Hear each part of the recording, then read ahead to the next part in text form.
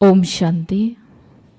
बड़े ही हर्ष की बात है कि हमारे बीच में आदरणीय इंदिरा दीदी जी, जो हम सब के साथ जब से भट्टी शुरू हुई तभी से लेकर अपनी प्यारी सी मुस्कान के साथ हम सब की बहुत अच्छे से पालना कर रही हैं।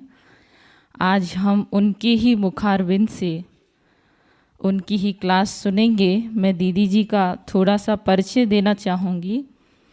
आदरणीय दीदी जी, आप पिछले 34 वर्षों से प्रजापिता ब्रह्मा कुमारी ईश्वरीय विश्वविद्यालय से जुड़े और 23 वर्षों से आप ईश्वरीय सेवाओं में समर्पित रूप से अपनी सेवा दे रहे हैं। आदरणीय दीदी जी, आपको यह ज्ञान महाराष्ट्र की धरनी में गोंदिया जिले में रहते लौकिक स्टडी करते हुए प्राप्त हुआ। आपने मैथमेटिक्स में डबल MSc किया है, वैल्यू एंड स्पिरिचुअलिटी में भी।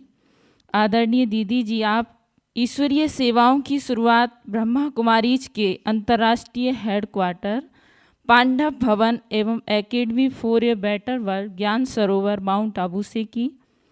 उसके बाद में आप महाराष्ट्र के नागपुर, मुंबई जैसे स्थानों पर सेवार्थ कुछ समय आपका रहना हुआ। वर्तमान में पुनः पिछले 12 वर्षों से आप ब्रह्मा कुमारीज के अंतर्राष्ट्रीय हेडक्वार्टर पांडव भवन में रहने का सौभाग्य प्राप्त हुआ है। यहाँ हेडक्वार्टर में आने वाले देश विदेश के राजयोगी भाई बहनों एवं मेहमान भाई बहनों की सेवाओं में आप संलग्न हैं। साथ ही साथ ईश्वरीय सेवाओं अर्थ देश विदेश के विभिन्न स्थानों पर भ्रमण भी करते रहते हैं। आप एक कुशल राजयोग शिक्षिका हैं। साथ ही साथ स्पार्क के अंतर्गत प्रोजेक्ट मार्गदर्शिका हैं। स्पार्क के अंतर्गत आपने मनोबल एवं मनसा सेवा नामक एक पुस्तक भी लिखी है। ऐसी आदरणीय दीदी जी का एक हाथ की ताली से हम हार्दिक स्वागत करते हैं, अभिनंदन करते हैं। कहना चाहूँगी आदरणीय दीदी जी, मधुबन की शान हो तुम, बाबा का अरमान हो तुम। मधुबन की शान हो तुम, बाबा का अरमान हो तुम, इसीलिए महान हो तुम, इसीलिए महान हो तुम। करोड़ों लोग यहाँ वहाँ विस्मृति में जीते हैं, करोड़ों लोग यहाँ वहाँ विस्मृति में जीते हैं, पर दीदी जी आप सदा बाबा की स्मृति में जीते हैं, आप सदा बाबा की स्मृति में जीते हैं।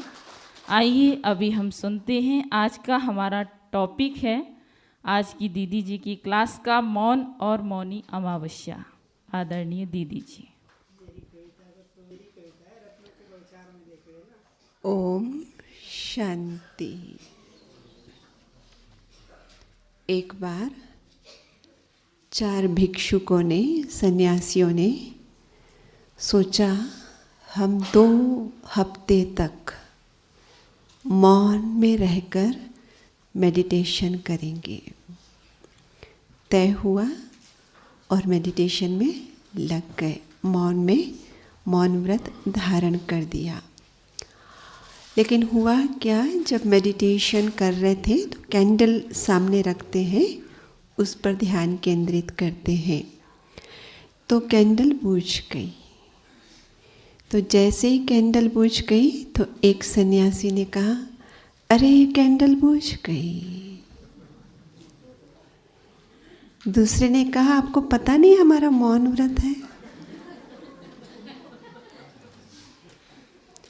तीसरे ने कहा, अब नियम का उल्लंघन क्यों किया दोनों ने आपने। और चौथे ने हंसकर कहा, हाँ मैंने तो नियम का पालन किया।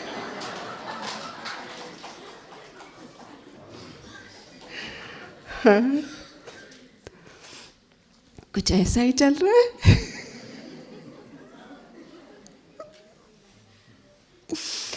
हाँ, हम लोग मौन में रह रहे हैं लेकिन कुछ ऐसा ही चल रहा है। तो पहले फिर और एक स्टोरी सुन लेते कि मौन का महत्व क्या है। और ये आपकी चिर परिचित जानी पहचानी स्टोरी है, लेकिन उसको आज फिर से हम रिवाइज करते हैं। स्टोरी क्या है कि किसान की घड़ी घूम गई है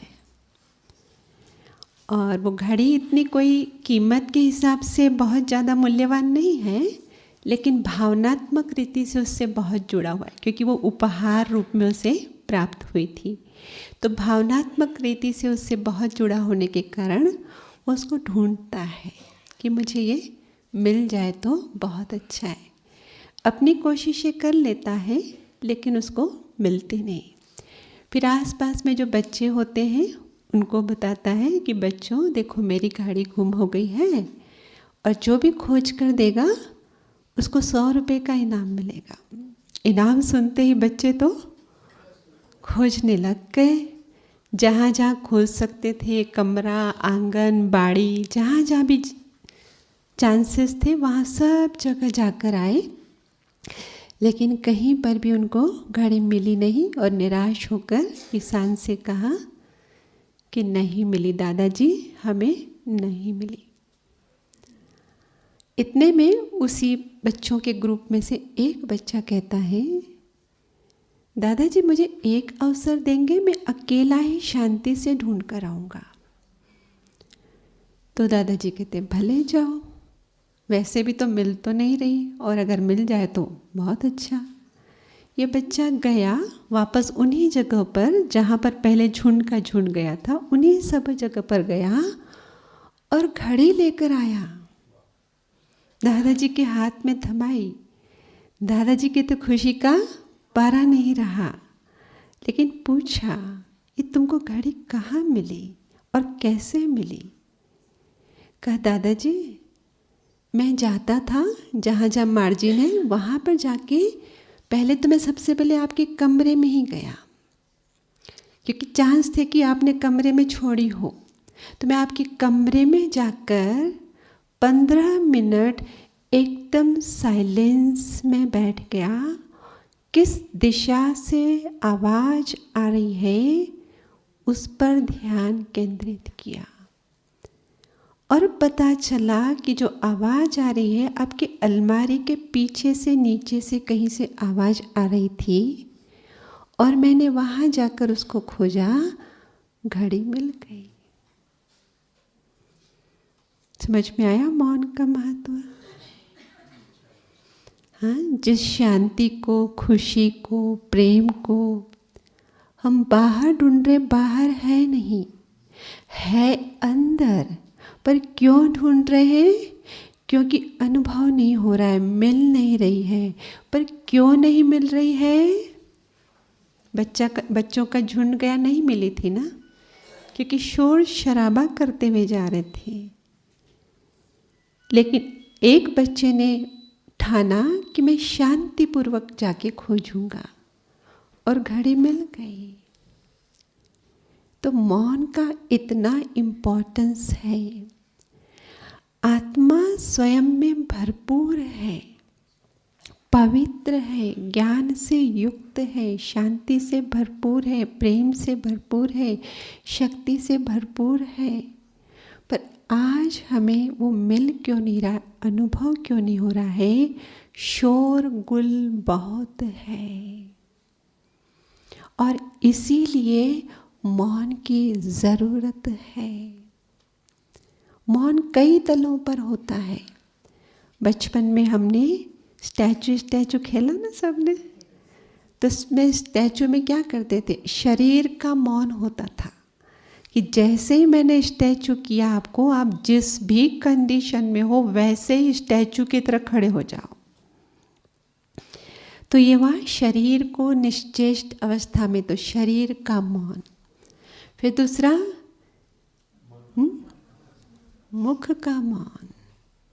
ये बच्चे जब बहुत आवाज़ करते हैं, खाना खाते समय, बेटा चुपचाप चुप करके खाओ, मुख का मौन। उसके बाद आता है मन का मौन और उसके बाद आता है बुद्धि का मौन, उसके बाद आता है अहंकार का मौन और उससे सधता है चित्त का मौन। और जब चित्त का मौन सधता है तो वो आत्मा की सारी क्वालिटीज मैं स्वयं भी अनुभव करती हूँ और मुझसे रेडिएट भी होती है। मन का मौन माना, मन का मौन माना कि कलयुगी या इंद्रियों से संबंधित जो विचार हमारे अंदर चल रहे हैं उसको साइड में रखकर अतीन्द्रिय सुख वाले विचार चले। बुद्धि का मौन, बुद्धि कैसे शुद्ध होगी? ये मन की शुद्धि हो जाएगी, ये वाला मन का मौन करेंगे तो, कि जो कलुषित विचार आ रहे थे उसको हमने किस में कर दिया कन्वर्ट? श्रेष्ठ विचारों में, शुद्ध विचारों में। तो ये हो गई मन की शुद्धि। और बुद्धि की शुद्धि होगी कि बुद्धि में दिव्य ज्ञान को हम भरें। और अहंकार की शुद्धि तो दिव्य ज्ञान भगवान हमें दे रहा है। और इसीलिए क्यों महत्व है कि बार बार आप यहाँ आए हो 3 दिन से, आपके पास जो भी स्पीकर ने जो भी टॉपिक के आधार से बोला, ये सब आपको पहले भी सुना हुआ था या नहीं था? सच सच बोलो, एकदम नया तो कुछ भी नहीं मिला ना। लेकिन जितना बार बार उसको सुन रहे हैं उतना उसकी गहराई में उतर रहे हैं। पता होना और गहराई में जाना, इन दोनों में बहुत अंतर है। तो ये सब बातें मालूम थी जो भी यहाँ बताई जा रही, लेकिन अब धीरे धीरे हम क्या कर रहे हैं? उसकी गहराई में उतरते जा रहे हैं। तो ये दिव्य ज्ञान से बुद्धि की शुद्धि और अहंकार की शुद्धि। अहंकार माना क्या? मैं और मेरापन।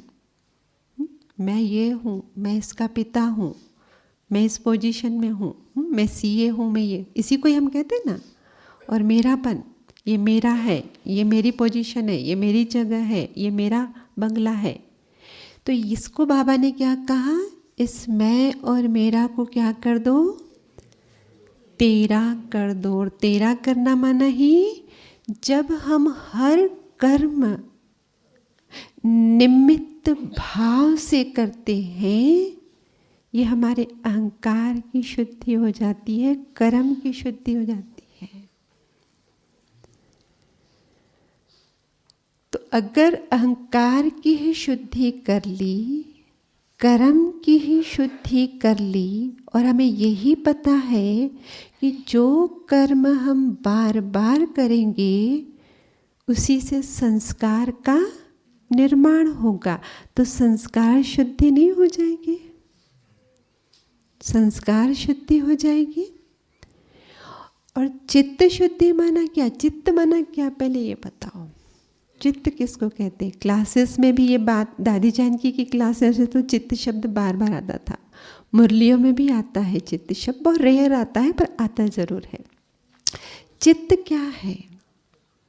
हाँ, सिक्के के 2 पहलू होते हैं ना, चित्त और पट बोलते हैं ना। हाँ, चित्त और पट। तो चित्त में क्या रहता है? हाँ, चित्त में क्या रहता है जिसको इंग्लिश में हेड कहते हैं। और जो सिक्के होते हैं, अगर हम अपने पुरानी हिस्ट्री को लेकर चले तो जो भी शासक आया उसने सिक्के पर अपनी छवि अंकित करवाई। तो जहाँ छवि होती है, छवि माना ही हेड है ना, जहाँ छवि होती है उसको कहते हैं चित्त, और बाकी वाला पट। सिक्के के 2 पहलू हैं। ज्ञान मार्ग में भी हम क्या कहते हैं? एक है अंतर्मन और एक है बाह्य मन। बोलते हैं नहीं बोलते हैं? या बोलते हैं कॉन्शियस माइंड, या बोलते हैं सबकॉन्शियस माइंड। तो मन जिसको बोलते हैं हम, वो है बाह्य मन, और चित्त जिसको बोलते हैं वो अंतर्मन। मतलब एक ही सिक्के के 2 पहलू। आप देखो, कंप्यूटर में आपको कोई भी डेटा फीड करना है तो टाइपराइटर से वो जो कीबोर्ड रहता है उसको टाइप करते हैं तो स्क्रीन पर आता है, वो अभी स्क्रीन पर है सिर्फ, लेकिन आपने एंटर दबाया, सेव दबाया तो कहाँ चला गया? हार्ड डिस्क में चला गया। तो मन है स्क्रीन, चित्त है हार्ड डिस्क, जिसको बाबा हमको कहते हैं ना मुरलियों में, देखते हुए भी नहीं देखो, सुनते हुए भी नहीं सुनो। प्रश्न खड़ा हो जाता है, ऐसे कैसे? देखे और फिर नहीं देखे, सुने और नहीं सुने, ये कैसे हो सकता है? इसका मतलब यही है कि हमारी आंखें खुली है, तो बेशक हमारी आंखों के सामने जो आएगा हमको दिखना ही है, परंतु स्क्रीन पे है अभी, उसको एंटर नहीं लगाओ, हार्ड डिस्क में मत जाने दो। मेरे कान खुले हैं, मेरे आमने आसपास जो बातें करे मेरे कानों में आवाज जा रही है, पर अभी स्क्रीन पर है, एंटर नहीं दबाओ, उसको हार्ड डिस्क में नहीं जाने दो। तो ये जो हार्ड डिस्क है, ये जो चित्त है ना, हम क्या कहते हैं? मन विचार करता है, बुद्धि निर्णय देती है और उसके अनुसार हम कर्मेंद्रियों से कर्म करते हैं और हर कर्म की आत्मा पर छाप पड़ती है। तो आत्मा पर जो छाप पड़ती है वो किस पे पड़ती है? चित्त पर पड़ती है। हार्ड डिस्क में ही जाएगा ना जो कुछ भी होगा। तो ये जो अभी गीत सुना ना, मैली हो गई चादर, कौन सी चादर है वो? ये चित्त रूपी चादर है, जिसमें इतने सारे कर्म जो हमने किए, हर कर्म की छाप उस पर है। जब हम आए थे, उतरे थे ऊपर से, ये चित्त रूपी चादर निर्मल थी। गीत में यही कहा, तूने भेजा जग में देखकर निर्मल काया। और यहाँ पर मैंने उसमें क्या लगाते गया? दाग लगाते गया। तो ये शरीर में तो दाग तो नहीं दिख रहे, मस्त से स्नान करके सब कुछ ये वो लगा के हम तो क्लीन रहते हैं ना, रहते हैं ना क्लीन। फिर कौन से काया की बात कर रहे हैं उस गीत में? ये वाली काया की बात नहीं है। बेशक इस काया में रहकर कर्म किए, लेकिन जब दाग पड़े हैं वो इसकी बात नहीं है, वो बात इसकी नहीं। और इसकी अगर दाग पड़े भी है तो आजकल तो पता नहीं क्या क्या यूज करके क्या क्या कर लेते हैं। हाँ, तो दाग जो पड़े हैं वो चित्त पर पड़े हैं। और चित्त शुद्धि, इसीलिए भक्ति मार्ग में भी चित्त शुद्धि को महत्व देते हैं। चित्त वृत्ति निरोध, उसको कहते हैं समाधि की अवस्था, कि जब चित्त की वृत्तियां निरोध माना शांत हो जाएगी, अर्थात ही मौन की बात है, मौन की बात है, तब समाधि वाले स्थिति में पहुंचेंगे कि जिस समाधि में वो अतीन्द्रिय सुख में रमण करता है। तो ये जो चित्त है, जिसको मूल्यों में कभी कभी आता है ना, विषय वैतरणी नदी, ये चित्त रूपी चादर एक वैतरणी नदी भी कहेंगे, क्योंकि यहाँ पे बुरे अच्छे सब संस्कारों का जमावड़ा है। तो ये चित्त को पार करके ही जाना पड़ता है आत्मा तक। समझ में आया? और इसीलिए संस्कार शुद्धि जब तक नहीं होगी तब तक आत्मा के जो गुण हैं वो अनुभव में नहीं आ सकते, क्योंकि मन से जो विचार किया, बुद्धि से जो निर्णय लिया, फिर जो कर्म किया और फिर जो अहम या जो भी आया, वो सारा का सारा चित्त में जा रहा है ना। हार्ड डिस्क में सब कुछ जाएगा ना, वो सब कुछ हार्ड डिस्क में चला गया, चित्त में चला गया। अब वो साफ नहीं है, तो मैं इसको थोड़ा सा और क्लियर करती हूँ। एक बल्ब है, बल्ब चारों ओर क्या होता है? कांच, ट्रांसपेरेंट कांच होता है और अंदर में वो फिलामेंट होता है। जिस फिलामेंट ने जलना है और उसके जलने से प्रकाश फैलेगा, पहले तो अंदर फैलेगा ना, और वो पारदर्शी कांच को भेद कर बाहर आएगा। लेकिन अगर वो पारदर्शी कांच बाहर से धूल उसके ऊपर जम गई है बहुत, क्या होगा फिर? लाइट आएगी बाहर। बस ये चित्त हमारा आत्मा के सराउंडिंग में ऐसा ही है। जो चित्त है वो आत्मा तो ज्योति बिंदु है ना, उसके सराउंडिंग में ये चित्त की काया है। तो जब हम ऊपर से आए थे ये बिल्कुल ट्रांसपेरेंट थी और इसलिए आत्मा के सतोगुण उसमें से बाहर निकल कर जीवन में रेडिएट हो रहे थे। लेकिन धीरे धीरे, क्योंकि इंद्रियों के माध्यम से हमने बाह्य जगत में झांका, बाह्य जगत का इंफॉर्मेशन अंदर भेजा, तो चित्त की जो पारदर्शिता है वो क्या हो रही है? क्या हो रही है? वो धीरे धीरे उसका परसेंटेज डाउन हो रहा है। बेशक हम 2 युगों तक सोल कॉन्शियस स्टेज में थे, तो हमने कोई बुरा कर्म किया नहीं, विकर्म किया नहीं, अकर्म ही थे ना। बाबा ने कहा ना हमको कि उस समय आपके कर्म अकर्म होते हैं। तो बेशक हमने विकर्म नहीं किए, लेकिन इंद्रियों के माध्यम से बाह्य जगत से जुड़े तो जरूर थे ना, और वो सारी इम्प्रेशन अंदर छप तो रही थी ना। तो उसकी जो ट्रांसपेरेंसी डाउन होगी या नहीं होगी? बाहर से कुछ उसमें छप रहा है। और फिर द्वापर युग में आकर तो हमने विकर्म ही शुरू कर दिए, क्योंकि बॉडी कॉन्शियस में आ गए। उसके बाद तो इसकी ट्रांसपेरेंसी बहुत तेजी से डाउन होने लगी, बहुत तेजी से डाउन होने लगी। और इसीलिए बाबा मुरलियों में क्या कहते हैं कि दुख भी कोई इतना दुख पहले नहीं था, अभी अभी आके ज़्यादा हुआ है। क्यों?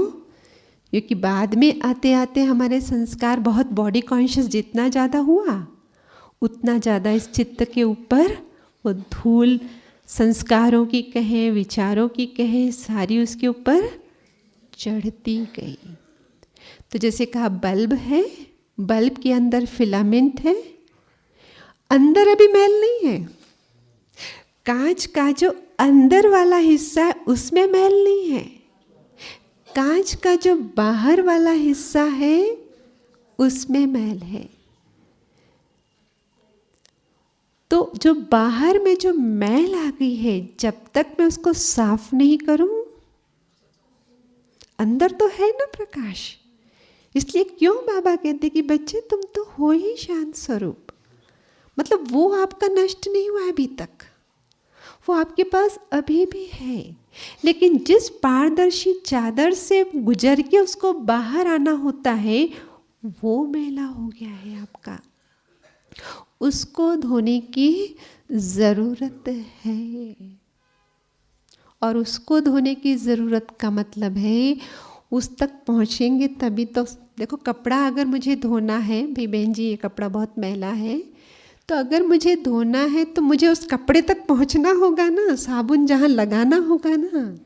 अभी मैं चित्त तक पहुँचूँ कैसे? इतना सारा मुख से बोला जा रहा है, इतना सारा बाह्य जगत में फंसे पड़े हैं, तो अंदर जाए तो कब जाए? धुलाई करे तो कब करे? कब करेंगे धुलाई? अंदर जाए मुझे दिखे तो सही दाग, तो हम तो बाहर ही लगे पड़े हैं। देखो एक है जैसे ये टेबल रखी है, इसको समझ लो ये घर की दहलीज है, घर का मेन गेट होता है ना, इस तरफ घर है और इस तरफ बाहर की दुनिया है। ये घर की दहलीज है, इधर घर है अंदर और बाहर बाह्य दुनिया है। अब घर की दहलीज पे आप खड़े हो गए, बाहर आने जाने वालों को देख रहे हैं, सुन रहे हैं उनकी बातें, उनसे बातें कर रहे हैं। अंदर जो बैठे हैं वो आपको आवाज़ दे रहे हैं। आपको आवाज़ सुनाई देगी? देगी? नहीं देगी। और आपका मुख चूंकि इस तरफ है, घर में भी लोग बैठे हैं लेकिन चूंकि मुख इस तरफ है तो आपको दिखाई देगा वो व्यक्ति। जब तक कि दहलीज पर खड़े होकर अपने मुख को ऐसे टर्न नहीं कर ले हम। तो मन बुद्धि दहलीज पर बैठे हैं। ये इंद्रियां बाह्य जगत, इससे हम बाहर देख रहे हैं, और आत्मा अंतर। ऐसे ही बोलते ना, चलो अंतर जगत की यात्रा करें। क्या बोलते हैं हम? बाह्य जगत से अपना मन उठाकर अंतर जगत में यात्रा करने। कमेंट्रियों में ऐसे करते हैं ना हम लोग। तो क्या था वो अंतर जगत और बाह्य जगत? कि मन बुद्धि दहलीज पर है और इंद्रियों के और उनका मुख इस तरफ है। तभी कहा कि बाह्य मुखी से अभी क्या हो जाओ? अंतर्मुखी हो जाओ। तभी तो अंदर जाके क्या चल रहा है, क्या आवाज़ आ रही है, क्या सफाई की ज़रूरत है, क्या काम की ज़रूरत है, तब पता पड़ेगा ना। अंदर जा ही नहीं रहे हैं। तभी कहा मौन की पहली शर्त अंतर्मुखी हो जाओ। जब टर्न करोगे, इधर से इधर टर्न करोगे, तभी तो अंदर वाले घर में कर देख सकोगे, सुन सकोगे। तो अंतर्मुखता की गुफा में जाना है। और जब अंतर्मुखता की गुफा में प्रवेश करेंगे तो ही तो अंदर का दिखाई देगा, तो ही तो अंदर की आवाज़ सुनाई देगी, तो ही तो अंदर बांस कहाँ से आ रही है वो समझ में आएगा। कई बार ऐसा होता है ना कि घर में बाहर से पूरा स्वच्छ है, पता नहीं बांस कहाँ से आ रही है, लगता है चूहा कहीं मरा है। और वो चूहा अगर किसी कबाड़ के पीछे या कहीं हो तो कितना मुश्किल होता है, पर लगता तो है ना कि होगा, बांस यहाँ से आ रही है तो यही कहीं होगा। अब अंदर से ही तो दर्द उठ रहा है, अंदर से ही तो घृणा आ रही है, अंदर से ही तो अशक्त फील कर रहे हैं, तो अंदर ही कहीं देखना पड़ेगा ना हमको। लेकिन अंदर झांके तब ना। और इसीलिए मौन का महत्व है। तो चलो यहाँ पर आप आए हो रिफ्रेश होने, एक बेस तैयार करने की। आखिर भी जो हमारा लक्ष्य है नर से नारायण बनने का, उसको अचीव करने के लिए कौन से स्टेप से हमें गुजरना है, चलो उतना तो फाउंडेशन पक्का कर रहे हैं आप। तो ये मौन जो यहाँ पे हमने आपको कहा, लेकिन जैसे पहले शेयर किया ना, किसी का किस प्रकार से, किसी का किस प्रकार से मौन भंग होता रहा। चलो संगठन है, हो जाता है। लेकिन अब ये जो भट्ठी है, ये भट्ठी आपको अपने आप जहाँ पर रहते हो अपने साथ करनी है। कि मुझे 1 दिन 2 दिन सप्ताह में निकालना है, या 1 मास में 3 दिन, या 2 मास में 3 दिन, की जहाँ मैं अंदर झांकूं। अंदर झांकूंगी तो उस मैली चादर को मैं साफ कर सकूंगी, नहीं तो नहीं होगी वो साफ। और इसी बात को समझाने के लिए भक्ति मार्ग में जो कुछ भी चला ना, वो अंदर की बातें थी। वो अंदर की बातें बताने के लिए उसको स्टोरी में गढ़ा गया, परंतु वो स्टोरी प्रतीकात्मक होने के कारण वो हम उन प्रतीकों को समझ नहीं पाए, और फिर हमने कहा पता नहीं कुछ भी मनगढ़ंत भरा हुआ है। लेकिन अगर बाबा का ज्ञान होने के बाद आप उसको समझेंगे ना, बहुत ईजी लगेगा। जैसे आज हिंदू कैलेंडर को अगर देखेंगे तो हिंदू कैलेंडर में सिर्फ वार नहीं पता चलता है, सिर्फ तारीख नहीं पता चलती, तिथि भी पता चलती है। तो आज के कैलेंडर में आपको तिथि देखने को मिलेगी, आज अमावस्या है। और हिंदू कैलेंडर में माघ का मास है। तो क्योंकि हर मास में अमावस्या पड़ती है तो उसको कहेंगे माघ की अमावस्या या माघी अमावस्या। और इस माघी अमावस्या को मौनी अमावस्या भी कहते हैं। ये अमावस्या वो अमावस्या है जो आने वाली शिवरात्रि के एक मास पहले वाली। शिवरात्रि हम जानते हैं ना, शिवरात्रि का आध्यात्मिक अर्थ कि जब भगवान घोर अंधियारा होने से पहले आते हैं, तो एक महीना पहले वाली। तो भक्ति मार्ग में भी इस अमावस्या को बहुत बाकी वाली अमावस्या से बहुत ज़्यादा महत्व देते हैं और इस अमावस्या में मौन व्रत धारण करते हैं। और मौन व्रत धारण करके वो कथा आती है कि जिसमें कहते हैं, और अगर ये अमावस्या सोमवार के दिन पड़ गई तो उसको सोमवती अमावस्या कहते हैं। और इसका जो फल है सहस्त्रों गोदान, मतलब गौओं का दान करने के बराबर है। मतलब सोमवती अमावस्या का फल बहुत बहुत अन्य अमावस्याओं से बहुत ज़्यादा है। तो इसमें एक कहानी आती है, उस कहानी को पहले हम सुनेंगे और फिर उसका हम आध्यात्मिक विवेचन करेंगे। ठीक है। कहानी ऐसे आती है कि कांचीपुर नगर में एक ब्राह्मण रहता है। उसके 7 बेटे हैं, एक बेटी है। बेटी का नाम गुणवती है और पत्नी है धनवती। होता क्या है, 7 बेटों की शादी हो गई है, लेकिन बेटी की अभी शादी नहीं हुई है। तो उनके घर में भिक्षुक आता है। वो आता है तो ये बहुएं जो है उनको दान दक्षिणा जो देना होता है करती है और उनको सौभाग्यवती भव का वो वरदान देता है। और ये जो गुणवती है, ये इतना दान दक्षिणा करने में इसमें कोई रुचि नहीं होती। एक दिन माँ खुद कहती, उठ बेटा, जा जाके दान कर, भिक्षुक द्वार पे आया है। जाती है, लेकिन इसको जो वर मिलता है उनसे डिफरेंट होता है। इसको वर मिलता है धर्मवती भव, सदाचार को जीवन में लाओ।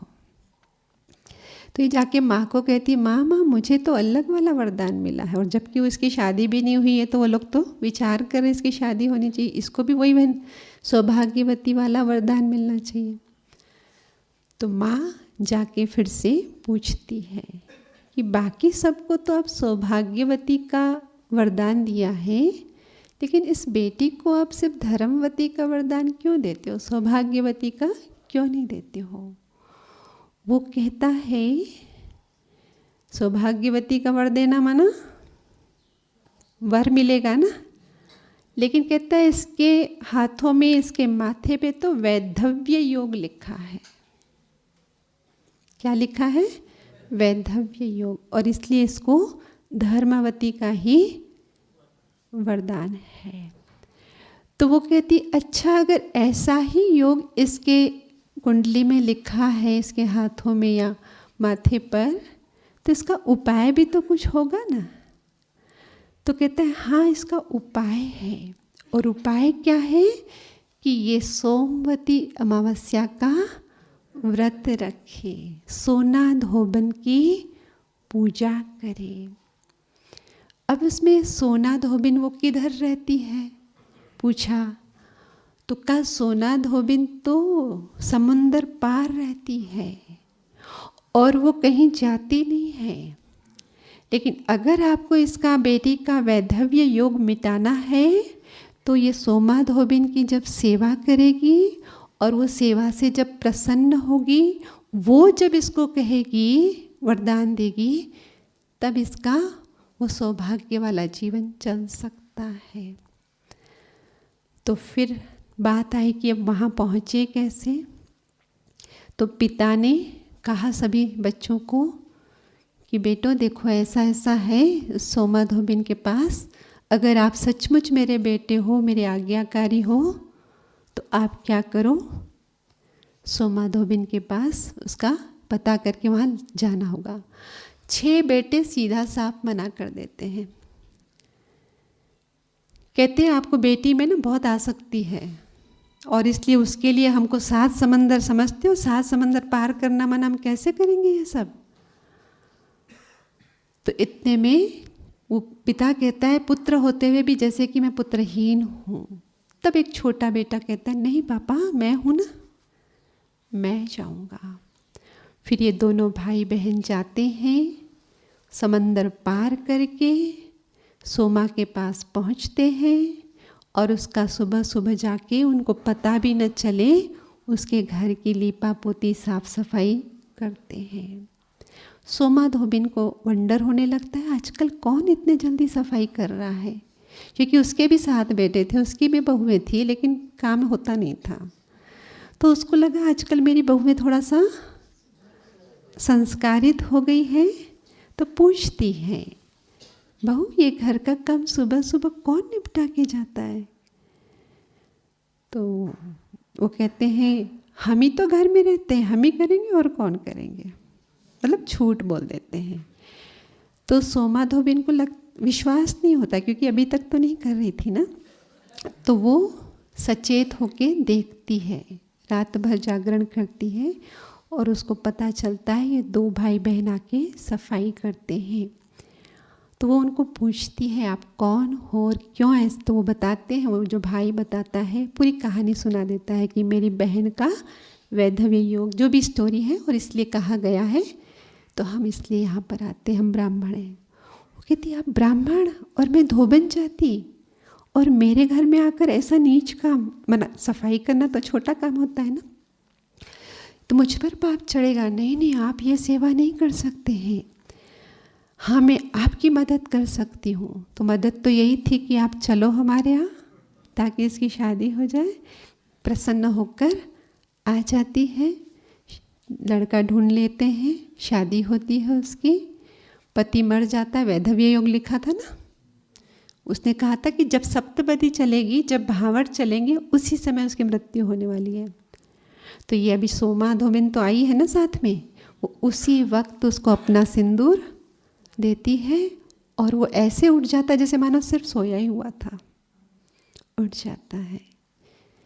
अब आइए इसका आध्यात्मिक विवेचन करते हैं।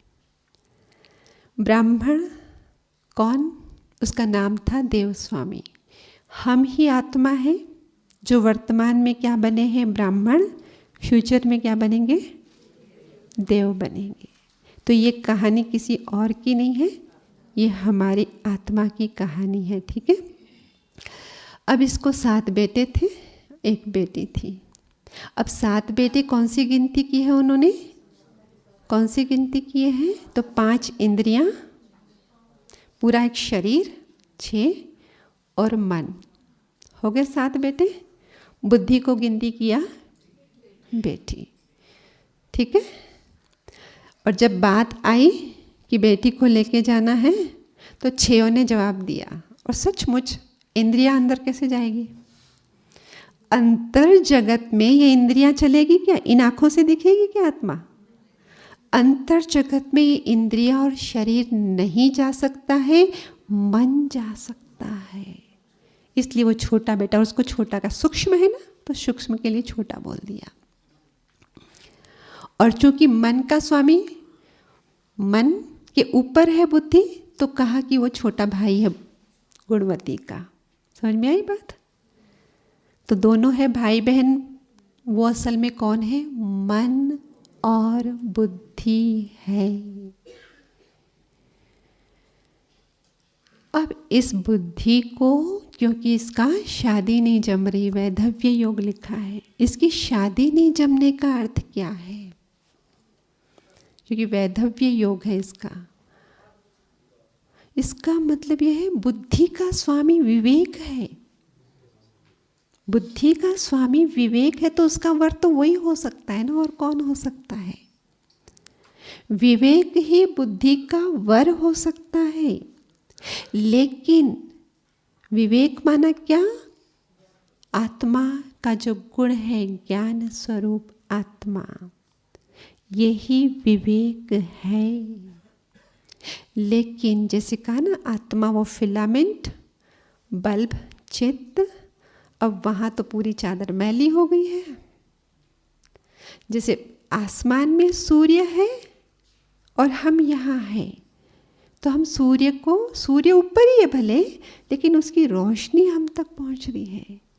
लेकिन काली घटाएं अगर आ जाए आसमान में, सूर्य होते हुए भी सूर्य का प्रकाश एहसास नहीं कर पाएंगे। लेकिन हाँ, वो घटाएं जब थोड़ी इधर उधर हो जाए तो बीच में से एक आध किरण आ जाएगी, लेकिन फिर घटाएं आपस में मिल जाए, फिर किरण। तो आज हमारे साथ यही हो रहा है, कभी विवेक की आवाज़ आ जाती है, कभी नहीं आती है। तो बुद्धि का स्वामी विवेक कभी है साथ में, कभी नहीं है, तो इसको वैधव्य ही तो कहेंगे, और क्या कहेंगे? इसको वैधव्य कहेंगे या नहीं कहेंगे? तो सच में अगर आप इसका वैधव्य योग मिटाना चाहते हो तो क्या कहा उसको? सोमा धोबिन की सेवा करनी पड़ेगी। और ये सोमा धोबिन कौन है? ये चित्त है। जिस चित्त में पुराने पुराने संस्कार, आसुरी संस्कार, मायावी संस्कार, बुरे संस्कार ने मैला कर रखा है, जब इसको हम साफ करें तो अंदर तो है ही ना, फिलामेंट तो जल ही रहा है ना। बाबा ने कहा है ना, तुम्हारे साथ ही शांति, तुम्हारे साथ है, कहीं गई नहीं है वो, पर बाहर नहीं आ रही है वो बाहर तब आएगी जब वो चादर को हम साफ करेंगे। लेकिन चादर तक पहुंचने के लिए क्या बोला? सोमा धोबिन तक पहुंचने के लिए 7 समंदर पार। तो मौन की आवश्यकता है या नहीं है? सिर्फ बाह्य जगत, 7 समंदर पार का इतना ही मतलब था, बाह्य जगत से अंतर जगत में जब तक नहीं जाएंगे, सोमा धोबिन से मुलाकात ही नहीं होगी। और मुलाकात ही नहीं होगी तो वहाँ जो मैले कपड़े पड़े हैं उसको धोंगे कब फिर? धोबिन माना जहाँ सब मैले कपड़े छोड़ देते हैं। तो हम भी जो कर्म करते हैं माया के वश, रावण के वश, वो सारे संस्कार कहाँ जा रहे हैं? उस चित्त पर। उसको सोमा नाम क्यों दिया उस चित्त को? सोमा धोबिन क्यों बोला उसको? क्योंकि उसको कहा कि वो शिव की पुजारिन थी, सोम रस पी रही थी। तो डेफिनेटली जैसे कहा बल्ब कहा, तो अंदर वाले हिस्से में तो उसको मिल रहा है ना, अंदर वाले हिस्से में वो आत्मा से उसको शांति, प्रेम, खुशी, जो हमारे 7 गुण है उसके रेस, उसके वाइब्रेशन उसको मिल रहे हैं। लेकिन इधर उसके पास मैले कपड़े आ रहे हैं। समझ में आ रहा है ना? इसलिए उसको नाम दिया सोमा। तो सोमा धोबिन के पास कब जाएंगे? हाँ, जब तक मौन नहीं रखेंगे संभव नहीं है। और जब तक नहीं जाएंगे, जो संस्कार परिवर्तन की बात है वो नहीं हो सकते हैं। तो भक्ति में भी क्या करते हैं? मौन व्रत धारण करते हैं, पीपल के पेड़ की पूजा करते हैं, उसके चारों ओर परिक्रमा करते हैं, शिव की पूजा करते हैं, विष्णु की पूजा करते हैं। मतलब क्या बता रही है ये कथा? क्या बता रही कथा? विष्णु की पूजा करना है मतलब मध्याजी भव बनना है, शिव की पूजा करना है मतलब मन मना भव बनना है, बरगद का पेड़, पीपल का पेड़ माना कल्प वृक्ष के ज्ञान का स्मरण करना है, उसको चारों ओर फेरी लगाना है, वो धागा बांधते हैं माना स्वदर्शन चक्र घुमाना है, मौन में रहना है। इतना जब करेंगे तो सोना धोबिन से मुलाकात हो जाएगी। सोना धोबिन से मुलाकात होते, कहा उसकी सेवा करना जाके। तो चित्त की सेवा तो यही है ना कि उसके ऊपर मैल जो चढ़ी है उसको साफ करना। अब ये मैल कौन सी, तो कैसे मैं साफ करूं? तो इससे पहले जो क्लासेस हो गई उसमें बहुत अच्छी अच्छी आपको बातें बताई गई। कल भी क्या बताया सूर्य भाई ने, क्षमा करो भी और मांगो भी। वो परमात्मा, हम जो पतित हो गए, इतना उससे विमुख हो गए थे, फिर भी उसने हमें ऊपर उठाया, फिर भी हमें गले लगाया। तुम जो हो जैसे हो मेरे बच्चे हो, क्योंकि हमने उसको स्वीकार किया। वो हमको राइट हैंड बना के चल रहा है। अब ये सारे कर्तव्य जो हमारे प्रति कर रहा है, हम करें औरों के प्रति, तब जाके ये मैली चादर क्या होगी, साफ होगी। जो खुशहाल जिनका जीवन है उनसे मित्रता रखें। जिनके जीवन में सफरिंग्स है उनकी सफरिंग मिटाने में उनको मदद करें। नहीं तो होता क्या है, जिनके जीवन में सफरिंग है हम कहते उनका कर्म उनके साथ, और जिनका जीवन खुशहाल है फिर उनके साथ ईर्ष्या। अच्छा मेरे से आगे है ये। तो ये राग और द्वेष से ऊपर उठना है। तो अंदर में मौन में जाके क्या करना है, अंदर में चेकिंग करना है। क्योंकि मोटे मोटे तौर पे हमको कई बार लगता है हम तो बहुत अच्छे चल रहे हैं, लेकिन जब बारीकी से चेकिंग करते हैं ना, तब पता चलता है कि ये कमी कमजोरी अभी भी मेरे में है। और कमी कमजोरी है मतलब क्या है, मतलब चित्त रूपी चादर मैली पड़ी है। और जब तक वो मैली पड़ी रहेगी, अंदर वाला प्रकाश बाहर आएगा नहीं। और जब अंदर वाला प्रकाश बाहर नहीं आएगा, मतलब क्योंकि देखो योग की कंडीशन क्या है, क्योंकि भक्ति में भी भगवान को याद तो किया पर हम कनेक्ट नहीं हो पाए। तो हम 7 डेज कोर्स में भी क्या बताते हैं, क्योंकि हमने स्वयं को आत्म स्वरूप में देखा ही नहीं, हमने स्वयं को शांत स्वरूप में स्टेबलाइज किया ही नहीं, हमने अपने आप को प्रेम स्वरूप में स्टेबलाइज किया ही नहीं। तो हम उससे कैसे कनेक्ट हो सकते हैं, क्योंकि कनेक्ट होने के लिए दोनों की फ्रीक्वेंसी सेम होनी चाहिए। अब मुझे आत्मा ही नहीं दिख रही है। कई बार प्रश्न आता है ना, बेटी योग कैसे करें, आत्मा देखो भाई ज्योति। बहन जी मेरे को ज्योति दिखती ही नहीं है। तो चादर इतनी मैली है ना, चादर इतनी मैली है बहन जी, वो शांति का प्रकंपन मुझे फील ही नहीं होता है। चादर मैली है ना। इसलिए देखो बाबा की अगर मुरलियाँ पढ़ेंगे ना ध्यान से, तो बाबा की मुरलियों में एक बात आती है कि बाबा कहते, कई मना बाबा के बच्चे कहते, बाबा हमको तो इतनी ज्ञान की गहराई नहीं समझती है, हमको योग भी इतना नहीं समझता है। तो बाबा कहते कोई बात नहीं, फिर भी एक काम करो, दुआएं दो और दुआएं लो। ये कहते ना बाबा, इसी कर दिया। अगर कोई कहता है मुझे ज्ञान की गहराई में नहीं जाने आता है, योग की गहराई में नहीं जाने आता, बाबा ने कहा कोई बात नहीं बच्चे, बस एक मन में गांठ पक्की कर लो, मुझे सबको दुआएं देनी है और सबसे दुआएं लेनी है। तो जब ये गांठ पक्की कर ली, माना माया से तुम परे हो ही गए, तो मेरा हर कर्म माया वाला नहीं होगा, अभी डिवाइन होगा। तो जैसे कहा कि मैली चादर को धोना है, तो जैसे कपड़े को भी क्या होता है, कोई दाग लगता है ना तो स्पेशल होता है, ये दाग इससे निकलेगा, ये दाग इससे निकलेगा, ऐसे होता है ना। तब अगर अंदर क्रोध का दाग है तो शांति से ही तो मिटेगा। हाँ, तो जब दुआ देना माना क्या होगा, शांत रहेंगे, सहनशील रहेंगे, यही तो मतलब होता है ना उसका दुआ देना। कि परिस्थिति कुछ ऐसी आई है गुस्से वाली, लेकिन मुझे बाबा ने कहा ऐसी परिस्थिति में भी दुआ देना है, तो मतलब अपने आप को शांत रखना है, सहनशील रहना है। तो क्रोध का दाग मिट गया। बाबा कहते हैं ना लक्ष्य रूपी सोप साबुन, तो इसके जो दाग है ना, इसके दागों को मिटाने का साबुन चाहिए ना।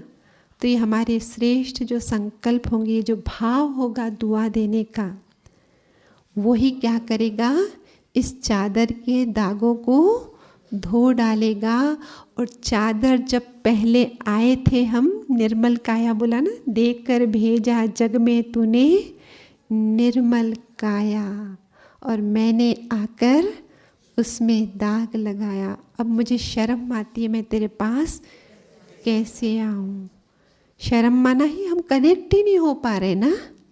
तो बाबा ने ज्ञान आकर दिया, अभी हमारे लिए कनेक्ट होना, ज्ञान समझ में आया तो और कुछ न करें, पहला अटेंशन दुआएं देना है और दुआएं लेना है। तो चित्त रूपी चादर धीरे धीरे क्या होगी, साफ होती जाएगी।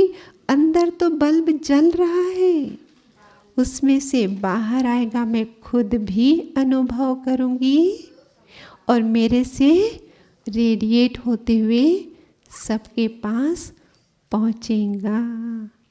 ये है मौन और मौनी अमावस्या। क्लियर हुआ सब? ओके, ओम शांति।